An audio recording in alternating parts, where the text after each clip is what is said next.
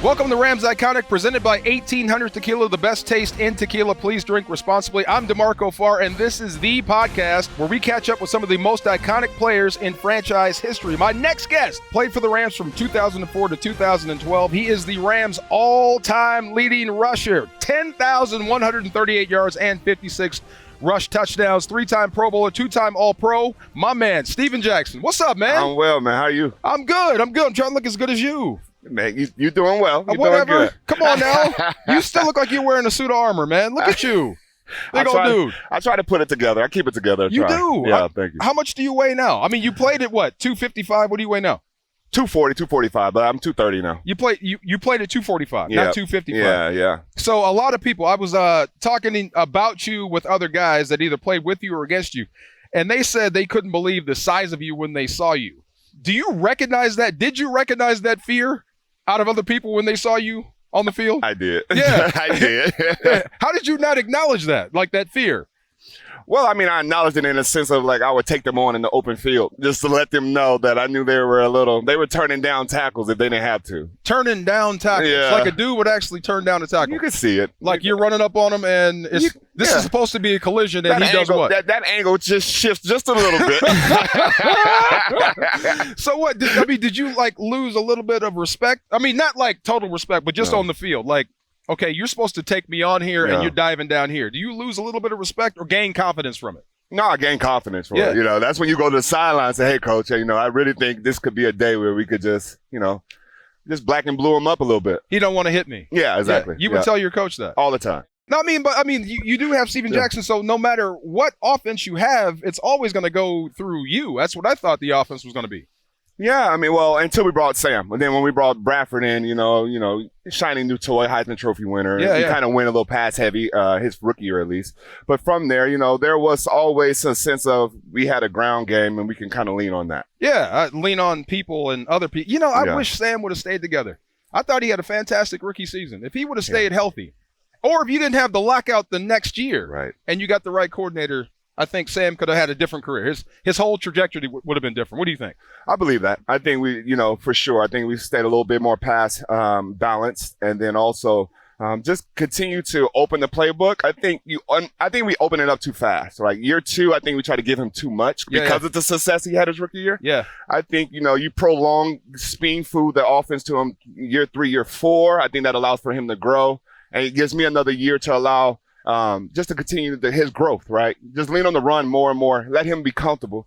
Typically, quarterbacks, year 3, year 4 is kind of when they kind of take off on their own. Yeah. And that's my critique of it. I think year 2, we opened the offense a little too much for Sam. It's weird. See, quarterbacks get 4 years to blossom. Running backs, oh no, you got to go right away. Yeah, you got to be 1,500 day one. Exactly. Yeah. Did you feel that coming in as a rookie running back? Like I got to perform right now. Yeah. Not as a rookie, because I still have Marshall. Okay. Right, but I would say when he retired, there was an expectation now of, okay, let's go. It's your time now. And you knew that. You were ready. Right. I mean, when did you know, like, this is going to be my time? Like, you got a Hall of Famer in front of you.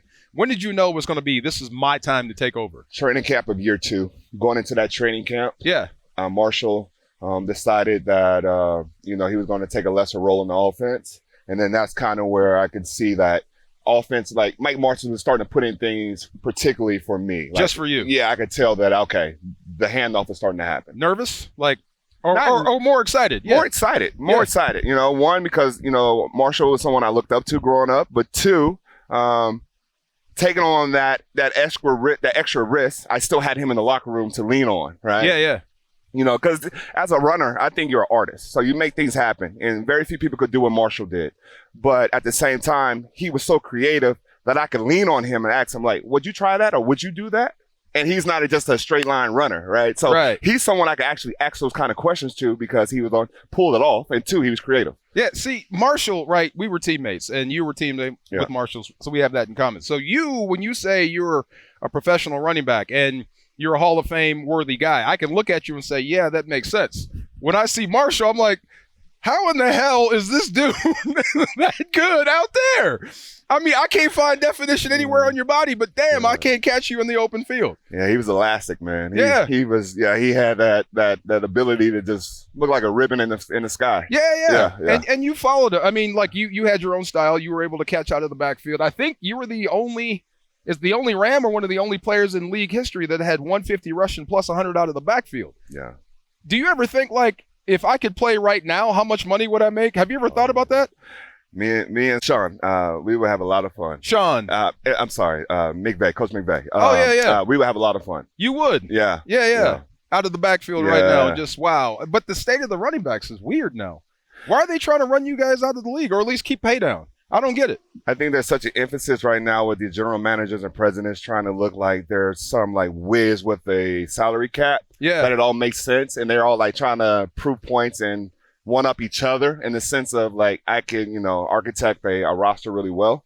I really think it's more on the executive side of the game because when you get to the playoffs and it gets a cold December, November, January, it's still a tackling and running game. Yes, sir. Yeah, when you can't throw it. Yeah, exactly. And the weather won't allow it. Absolutely. The same people that said I wouldn't pay a running back are the same people that said you should have given the ball to Marshawn Lynch on the 1 yard line. You know what I'm saying? Exactly. You don't know until you know. But that's what I said on the way in. I think your Rams record, 10,138 yards, I don't think that will ever be broken on this football team. I really don't. I don't think guys will have that sort of longevity on one football team anymore. Yeah. Well, the good thing about our franchise is that we love and respect running backs. We have a rich tradition of the position, and I think you're right. It will stand. It has stood for a while, and ED had his stand for a long time until I came around. So it just whoever breaks it, I'm sure they'll be deserving, but it's going to be hard work. I saw Aaron Donald go right by me in like 3 years. Mm-hmm. Like my entire career in 3 years. It's humbling. Huh? Yeah, when he got his 12th sack, he winked at me. Didn't even look at me. He just kind of winked at me. Yeah, like I see you. Bye. You know what I'm saying?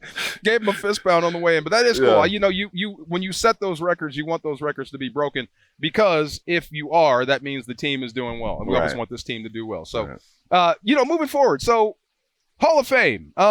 You didn't like to talk about it much in St. Louis, even when you started to creep up on some of those Hall of Fame numbers. And I get it, you were a player. Yeah. Now you're retired. Hall of Fame, what does it mean to you? Well, historically, from a lens, it says I had a great career. I'm amongst some of the best in ever played the game and in my era. What it means for me, until I get the phone call, I don't really think much about it. I use that perspective because I've seen enough of our colleagues have this emotional roller coaster, right? I don't want to ride it. I'm not a roller coaster guy, period. I'm not a Six Flags guy. So I'm not going to I'm not going to ride the emotional roller coaster when it comes to that either. If it happens, I'll be very grateful. It's going to be a hell of a party, Yeah. But until then, I really just block it out. I mean, well, here's the tough. I mean, look, you deserve it. Absolutely. But do you need it? As an athlete, do you need that validation from some other people to say you were great? Because if you don't get it from there, I can line up a list of 1,000 dudes that tried to tackle you and say, this dude was the bomb. Do you need that sort of thing to put a cap on your career?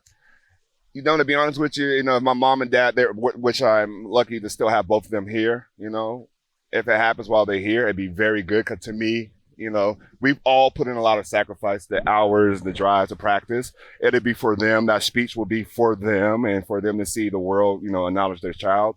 But, if it happens after them, I don't know how I would feel, to be honest with you. That's, I saw Isaac go through it and, he rode the roller coaster. Isaac, same teammate. He's even keeled just like you are. And I could tell it was getting to him, that whole process. And I see what Torrey's going through now. And that stuff is. And to your point, I'm watching them. Yeah.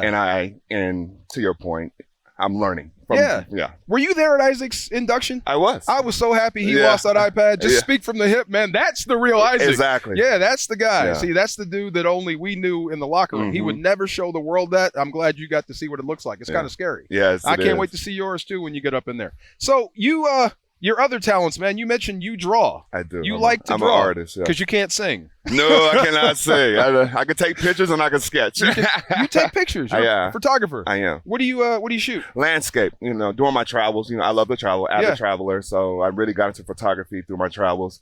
It's a way of taking people on the journey or the adventure that I've gone on. And then far as artists and being I wanted to be a cartoonist. As a child, I wanted to work for Disney. I wanted to draw cartoons. That quickly evolved to want to become an architect. Yeah. But I've always had this ability to sketch and just look at things and just be, I have a good sense of depth and skill. So when it's just you, paper, pencil, you're just locked in? Locked in. Like this week, past week, I guess, my daughter had a project. She's in the first grade. It was a poster board. I got it. Wait a minute now. That's for the kids, Steven. Come on. The kids got to do it, man. Yes. She colored a little bit. Until she went outside the line. I was like, I got it. You can't make it. See, you can't make it too perfect. They're going to know you did it, right? I know. You got to mess up a little bit. But yeah. Does she like to draw? Is that something she loves it. My daughter loves it. Yeah. Wow. I bet she sees daddy drawing and then she wants to do what daddy does. Yeah. That's awesome. Do you draw like in quiet areas? You play music or what do you do? We play music and our thing is to sketch and draw together, color, even some scissors, some cutting, pasting. And then our youngest son, Jax, he's 4. He's a Lego guy, building blocks. So I stay busy. with the kids in the craft room. I like this. He's more than just the size. Steven Jackson is so deep as a person. I'm so glad we got you on here. So we do this every show on Rams Iconic. It's called My Favorite Play. Oh, yeah. Yeah. Do you have a favorite play? Because I got a bunch of yours. Let me tell you what my favorite Steven Jackson play. You lost the game up in San Francisco. But when I slowed down the video, they gave you the football on a delay. And when the ball snapped, I think 10 Niners ran towards the line of scrimmage. Yeah. They said, the hell with the pass. Yeah. We jumping on Steven. Yeah. And you still picked up 4 for a first down. I don't think it even mattered in the game, but at that time, seeing you take on that entire team by yourself, almost by yourself, that is the epitome of that dude. That's why I like him. Yeah. So do you have a favorite play? It's actually those two plays. That play and a play in Seattle. Very similar. It was the red zone, going into the end zone. In Seattle, draw, carried a bunch of guys, incognito. Maybe even Isaac, a receiver, jumps over the pile, but I take 5 or 6 guys with me into the end zone. So that run that you mentioned in San Fran and that play in Seattle are what you're right. It epitomizes my style of play and my passion for the game, and that's just making a way when there's no way and moving people if you have to. Absolutely. Moving people if you see, that's life right there. Sometimes you have to move somebody. Yeah, you got to get out the way. Sometimes you got to just, you got to move some people. That's right. Wow. I just remember seeing you for the first time, bringing kids to the field in St. Louis. Yeah. And all these kids, the little ones, I want to be a football player. Okay, come stand right here. Yeah. Right by the tunnel, right where you guys came out. Okay, stand right here. You want to be a football player, huh? Tackle that dude. And you come out with the hair and you do the thing. And just the looks on their faces, it's like they saw a god. And then I'm going back to school. Yeah. right. I'm going to do better in school, Mommy. I'm not tackling that guy. Yes, sir. Steven, man, thank you for joining us, bro. That was awesome. All right, that's a wrap on this episode of Rams Iconic, presented by 1800 Tequila, the best taste in tequila. Please drink responsibly. I hope you enjoyed our conversation with Rams legend Steven Jackson. I'm D'Marco Farr, and we'll see you next time. Thanks for watching. Make sure to like and subscribe so you don't miss out on our videos.